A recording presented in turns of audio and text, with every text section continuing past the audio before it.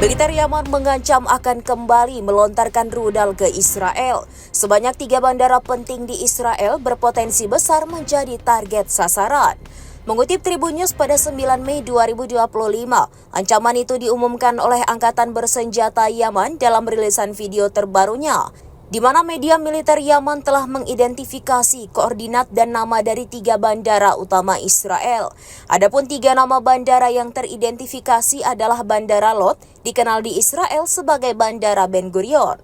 Kemudian Bandara Haifa dan Bandara Ramon di al-Rashrash atau Eilat.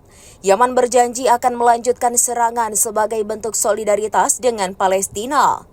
Adapun rekaman tersebut diberi label Yaman dengan frasa bandara tidak aman dalam bahasa Arab dan Ibrani. Diklaim telah menandakan peningkatan sikap militer Yaman menyusul agresi baru-baru ini terhadap negara tersebut.